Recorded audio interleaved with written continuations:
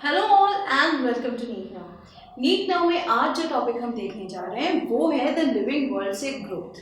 जैसे कि हमें पता है कि लिविंग बीइंग्स की कुछ डिफाइनिंग प्रॉपर्टीज हैं, कुछ पर्टिकुलर कैरेक्टरिस्टिक्स हैं, उसमें जो ग्रोथ है वो इंक्लूड की नहीं की गई है। अब इंक्लूड क्यों नहीं गई है, जबकि ग्रोथ तो एक ऐसा फिनोमिनन है जो शायद सिर्फ लिविंग बीइंग्स दिखाते हैं, तो why is it not included, ये हम देखेंगे। उससे पहले हम देखेंगे कि ग्रोथ के बारे में कुछ कैरेक्टरिस्टिक्स, ग्रोथ पर्टिकुलरली क्या है, शायद यही करते करते हमको रियलाइज हो जाए why it is not the defining property. Now सबसे पहले हम देखेंगे what is the definition of growth.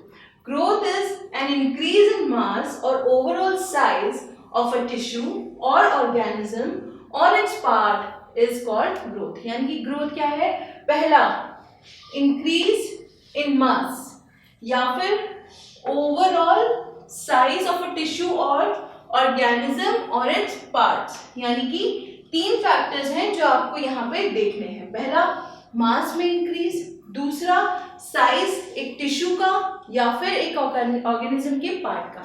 अब ये चीजें जो हैं ये आपकी ग्रोथ कहलाती हैं।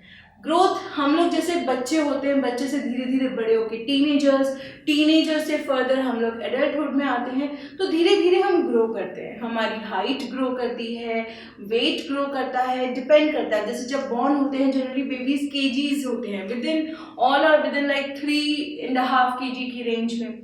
जैसे जैसे आगे बढ़ते हैं वेट इंक्रीज होता है, हाइट इंक्रीज होती है, हमारी एबिलिटीज इंक्रीज होती हैं, जो हमारे ऑर्गन्स एंड टिश्यूज परफॉर्म करते हैं फंक्शंस, फॉर एग्जांपल जो हमारा इम्यून सिस्टम है वो ग्रो करता है। तो ये सारी चीज़ें एक तरीके से हमारी ग्रोथ है। जब कहते हैं कि बेबी हेल्दी है तो हेल्दी ग्रोथ है, the baby is becoming better at health, तो ये ग्रोथ ही है, राइट। अब ट्विन कैरेक्टरिस्टिक्स ऑफ ग्रोथ क्या है? जहां तक ट्विन कैरेक्टरिस्टिक्स की बात है, पहला है increase in mass and second is increase in number. Growth की अगर हम बात करेंगे ट्विन कैरेक्टरिस्टिक्स में हमने क्या देखा है, increase in mass and increase in number. या तो क्वांटिटी इंक्रीज होगी या वेट इंक्रीज होगा। क्वांटिटी कहाँ इंक्रीज होगी? फॉर एग्जांपल अमीबा की बात करते हैं, एक सेल से 2 सेल्स बनेंगे, डॉटर सेल बनेगा, इंक्रीज इन नंबर हुआ। अगर हम इंक्रीज की मास की बात करते हैं, कोई भी एनिमल ले लीजिए, if it is gaining weight it is increase by mass, so this is growth. यानी कि ये दोनों कैरेक्टरिस्टिक्स आपकी ग्रोथ की हैं। Now irreversible process, obviously growth एक इरिवर्सिबल प्रोसेस है। ऐसा तो है नहीं कि आज एक दिन आप 5 फीट के हो गए फिर से आप नीचे जाके 4 फीट के हो जाओगे। ग्रोथ एक बार अगर हो जाती है तो वो आपकी परमानेंट होती है इन लिविंग बीइंग्स। अगर हम नॉन लिविंग की बात करेंगे, फॉर एग्जांपल आप कहेंगे कि जो एग्जांपल दिया गया कि सैंड बोल्डर्स हैं, तो हम उनको तोड़ते हैं ना, अगर उनकी ग्रोथ होगी एक सर्टेन पॉइंट तक, हम उनको तोड़ रहे हैं, that is why they are non living things. लेकिन जहां तक लिविंग बीइंग्स की बात है, ग्रोथ एक बार आपकी हो जाती है देन उसको पीछे लेना, रिवर्स करना is impossible. So irreversible process. Next, anabolism is greater than catabolism. Anabolism और कैटाबॉलिज्म दोनों मिला के हमारा बनता है metabolism. Anabolism is a series of synthetic reactions जो कि आपके एक तरीके से कंस्ट्रक्टिव हैं, वहीं जो कैटाबॉलिज्म है वो आपका डिस्ट्रक्टिव है। तो ये जब एनाबॉलिज्म आपका कैटाबॉलिज्म से ज़्यादा होगा, यानी कि जो कंस्ट्रक्टिव वर्क है, जो कंस्ट्रक्टिव केमिकल रिएक्शंस हैं वो ज़्यादा होंगे, तभी आपकी बॉडी ग्रो कर सकेगी। इसका एग्जाम्पल मैं देती हूँ, जैसे छोटे बच्चे होते हैं, बहुत ज़्यादा खेलते हैं, दौड़ते हैं, भागते हैं, तो उनकी एनर्जी बहुत ज़्यादा खर्च होती है। ऐसे में उनकी मदर्स उनको बहुत ज़्यादा दूध पिलाती हैं, बहुत ज़्यादा खाना खिलाती हैं, ताकि जो एनर्जी खर्च हो रही है उसको वो फिर से पाइल अप कर सके। क्यों? ताकि अगर एनर्जी उनकी ज़्यादा मेंटेन रहेगी तभी वो ग्रो करेंगे। छोटे बच्चे में कहते हैं ना कि ज़्यादा खाना, अच्छा खाना खिलाओ तभी ये ग्रो करेंगे।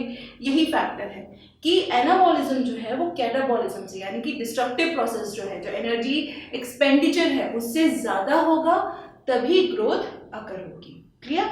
नाउ ग्रोथ जो है 2 टाइप की होती है। यहाँ पे अलग अलग फैक्टर्स को कंसिडर किया जाएगा तो दो दो टाइप की होगी। पहली है intrinsic growth versus extrinsic growth, हमारी ग्रोथ, ठीक है, हमारी ग्रोथ इंट्रिंसिक ग्रोथ है, हम अंदर से ग्रो करते हैं। एक्सट्रिंसिक ग्रोथ कौन सी होगी, जो सैंड बोल्डर्स के केस में देखी, सैंड ड्यून्स देखें कभी आपने राजस्थान में, जो इस तरीके से बने होते हैं, ठीक है, अगर रेत उड़ती हुई आती है तो इसके ऊपर फर्दर रेत डिपॉजिट होती जाती है, और जैसे जैसे रेत डिपॉजिट होती जाती है वैसे वैसे ये साइज में बड़ा होता जाता है। तो क्या ये लिविंग है? नहीं, ये लिविंग नहीं है, क्योंकि ये जो ग्रोथ है ये एक्सट्रिंसिक ग्रोथ है, ऊपर से है। सेम गोज फॉर हिमालयाज, जैसे फॉर एग्जांपल हिमालयाज है, उन पे बर्फ गिरती है, हर साल बर्फ गिरती है। अब वो बर्फ अगर बहुत ज़्यादा गिरती है तो उनका साइज इंक्रीज होते जाता है, तो क्या वो लिविंग बीइंग हो गए just because they are increasing in size? No, intrinsic growth ही आपकी एक प्रूफ है कि आप लिविंग बीइंग हैं। If it is intrinsic growth, then only you can say that it is a living being. और यही आंसर है कि हम डिफाइनिंग प्रॉपर्टी इसको क्यों नहीं लेते, क्योंकि हमको यहाँ पे कंडीशन बतानी पड़ेगी हर बार। जैसे सैंड ड्यून का एग्जाम्पल लिया, हिमालयाज का हमने एग्जाम्पल लिया, अब वो छोड़िए, कोई भी चीज़ आप बाहर रख दीजिए, ठीक है, आपकी अगर आप ऐसे कोई एरिया में रहते हैं कि जहाँ बर्फबारी होती है या रेत होती है, तो वहाँ पे आप किसी चीज़ को रख दीजिए, अगर बर्फ हो रही है उसका साइज इंक्रीज हो जाएगा, तो क्या वो लिविंग बीइंग हो जाएगी? ऑब्वियसली नॉट, है ना। तो यही डिफरेंस है इंट्रिंसिक ग्रोथ में। इंट्रिंसिक ग्रोथ में अंदर से ग्रोथ हो रही है, आपके टिश्यूज ग्रो हो रहे हैं, सेल्स ग्रो हो रहे हैं, ऑर्गन्स ग्रो हो रहे हैं। अब जब हम बच्चे होते हैं, ठीक है, कहते हैं कि हमारा हार्ट जो है हमारी फिस्ट जितना होता है, तो छोटे बच्चे की फिस्ट जितना हार्ट होता है, जैसे जैसे हम ग्रो करते हैं हमारी जो बड़ी फिस्ट होती जा रही है उतना बड़ा हार्ट होता जा रहा है, यानी ऑर्गन कोई पर्टिकुलर ग्रो कर रहा है, right. Now next type of growth is indeterminate growth versus determinate growth. Indeterminate growth कहाँ होगी? प्लांट्स में। Plants continue growing through out their life. अगर आप कोई पेड़ काटेंगे नहीं, वो ग्रो करता रहेगा करता रहेगा। जैसे यूकलिप्टस है, ठीक है, कैलिफोर्निया के रेडवुड्स है, they are long and long plants. Determinate growth किन में है? हम में। हम एक पर्टिकुलर पॉइंट तक ग्रो करते हैं, हाँ ठीक है, 6 फीट 6.5 फीट भी कभी कभी हाइट हो जाती है, but then that is that limit, उसके ऊपर वो ग्रो नहीं होता। अब कंटिन्यूसली हम लाइफ टाइम में ग्रो करते रहेंगे तो पता नहीं हम कितने फीट के हो जाएंगे। तो यही फर्क होता है डिटर्मिनेट और इनडिटर्मिनेट ग्रोथ में, यानी इनडिटर्मिनेट ग्रोथ में फिक्स नहीं है और यहाँ पे आपकी डिटर्मिनेट ग्रोथ में फिक्स है। ना ग्रोथ एंड रिप्रोडक्शन की बात अगर करते हैं हम लोग, अमीबा के केस में ग्रोथ एंड रिप्रोडक्शन दोनों ही सेम चीजें हैं। आपकी इंक्रीज इन नंबर हो रहा है, ग्रोथ भी हो रही है, रिप्रोडक्शन भी हो रहा है, सो ये दोनों सेम चीजें हैं, similar things. But when it comes to higher plants, when it comes to higher animals, ये दोनों म्यूचुअली एक्सक्लूसिव इवेंट्स हैं, डिफरेंट इवेंट्स हैं, क्योंकि उनमें अमीबा की तरह रिप्रोडक्शन नहीं होता, right. Also now last point जो मैंने कहा था, why not taken as a defining property. Growth को हम एक डिफाइनिंग प्रॉपर्टी की तरह क्यों नहीं लेते हैं? वो इसलिए नहीं लेते हैं, जैसे मैंने पहले कहा कि every time it is going to be very cumbersome कि कंडीशन एक्सप्लेन करनी पड़े। अब अगर मैंने सैंड ड्यून कहा, ठीक है, तो मुझे बताना पड़ेगा कि इसकी ग्रोथ एक्सट्रिंसिक है, सैंड बोल्डर है इसकी ग्रोथ इंट्रिंसिक है या एक्सट्रिंसिक है, कैटरपिलर है तो इसकी इंट्रिंसिक ग्रोथ है। तो ये सारी कंडीशंस आपको बतानी अगर पड़ रही हैं, then that particular characteristic can not be a defining property.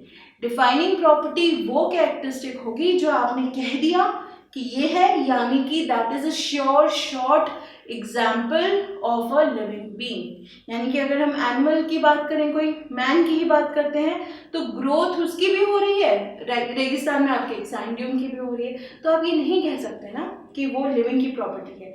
इसीलिए अगर कंडीशन बतानी पड़ रही है, then that is not a defining property. Defining property वही कंडीशंस होंगी जो कि बिना बताए, बिना कोई कंडीशन में आराम से मान ली जाए कि ये लिविंग बीइंग ही कर सकते हैं। Clear? So this is all about growth. हमने इसको थोड़ा डिटेल में इसलिए लिया है बिकॉज जनरली बच्चे कंफ्यूज हो जाते हैं कि सारी चीज़ें तो कंस्ट्रक्टिव वे में चल रही है, तो why it is not a defining property. Also it forms a base first chapter में इसीलिए इंक्लूड किया गया है क्योंकि ये बेस है आपके आगे के चैप्टर्स का. So we are going to take this slow. आने वाले कुछ लेक्चर्स में हम लोग इसकी और भी दूसरी जो डिफाइनिंग प्रॉपर्टीज हैं नहीं है उनको डिटेल में स्टडी करेंगे. So for now this is growth. एक बार इसको अच्छे से पढ़ लीजिए. देखिए we are also focusing on board exam. सिर्फ नीट हमारा फोकस नहीं है, we are focusing on both the parameters. तो इसीलिए आपको जो थ्योरी है वो बहुत अच्छे से पढ़नी होगी. ठीक है.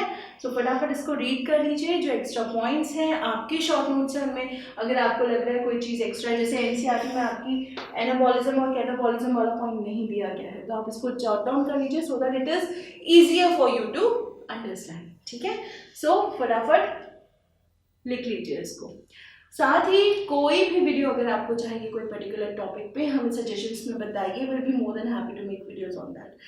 सब्सक्राइब कर लीजिए ताकि जब भी कोई नया वीडियो आए आप तक नोटिफिकेशन आ जाए इसकी, और बेल आइकन जरूर प्रेस कर लीजिए. कमेंट करना ना भूलिए कौन से वीडियोस चाहिए. सोशल मीडिया के लिंक्स डिस्क्रिप्शन में है, आप वहाँ भी हमारे साथ जुड़ सकते हैं. So keep studying, stay safe and take care.